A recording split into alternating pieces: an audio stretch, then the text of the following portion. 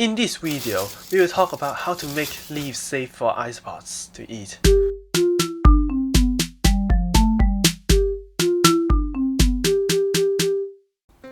Okay, so these leaves have been soaking for 3 days in the water without any washing.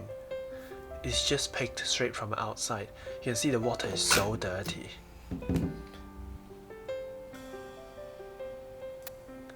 So, what I'm going to do now is that I'm going to pour away all of this nasty water. Because when you keep isopods, you don't want all these dirty things going into your cultures of isopods, your tubs of isopods, as the leaves from outside may contain a lot of different pollutants from cars and also other things. So what we do now is we soak the leaves for extended periods of time and until all of its dirty stuff coming out. You can see there's a lot of tannins as well coming out from the leaves. I personally prefer the leaves to have reduced amounts of tannins because this can slow down the acidification of the substrate of isopods and also makes the leaves easier for isopods to eat.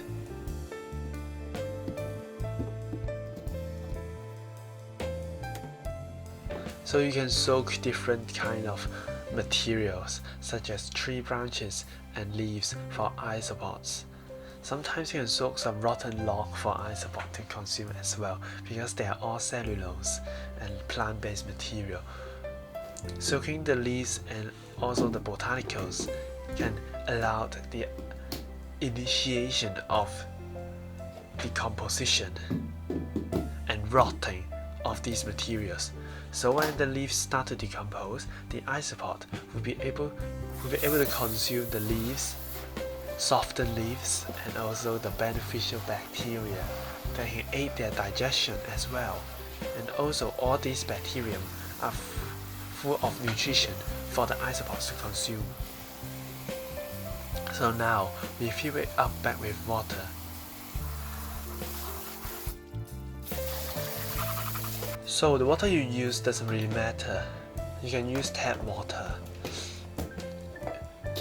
It doesn't necessarily need to be filtered because you're not keeping any life in it, like you're not keeping a fish in it.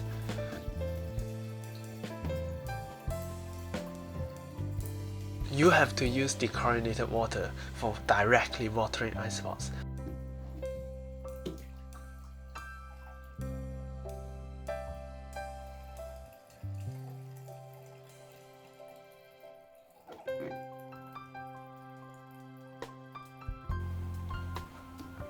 This tub is best to be left outside under the sun in order to speed up the reaction of decomposition and also the degradation of toxic materials.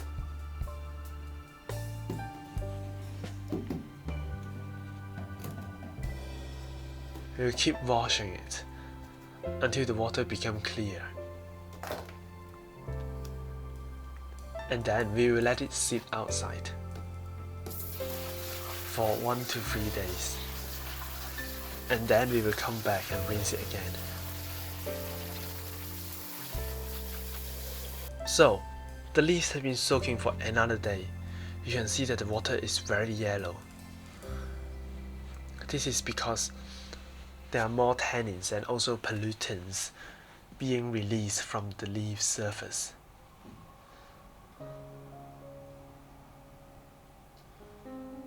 We will keep rinsing it.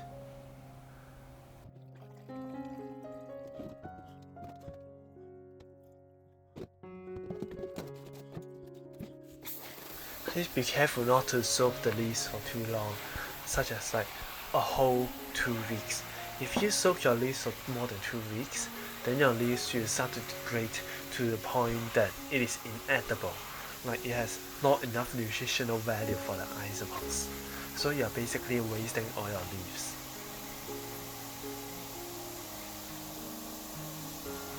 We should try to fill it up with as much water as possible so that the pollutants and contaminants have a bigger volume of water to be diluted and washed away by. the process of soaking.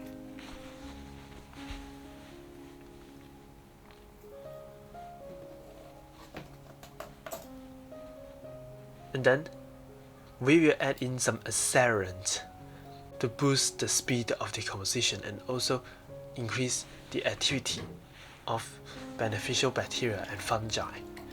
This accelerant mixture contains spirulina and also some old fish flakes and some starch. You can see that the leaves are soaking outside and bacteria is moving. So all the bacteria is healthily moving in the water. Now you can see that the leaves are slightly slimy because we have added that accelerant a day or 2 days ago. We use a rock to weight it down, and then we can rinse it, shake it well, and rinse it.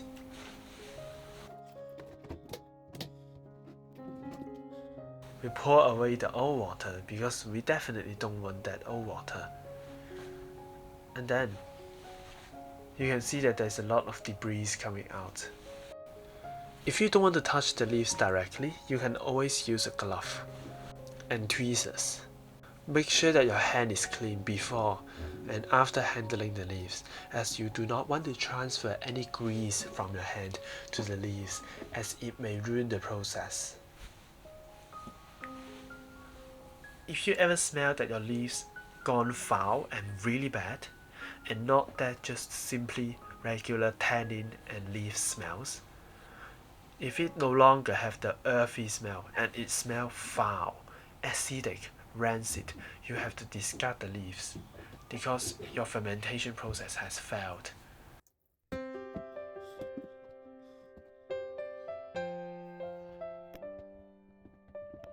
That's why we must rinse the leaf well, soak it for a few days, almost 5 or 6 days, in order to use the fermentation process.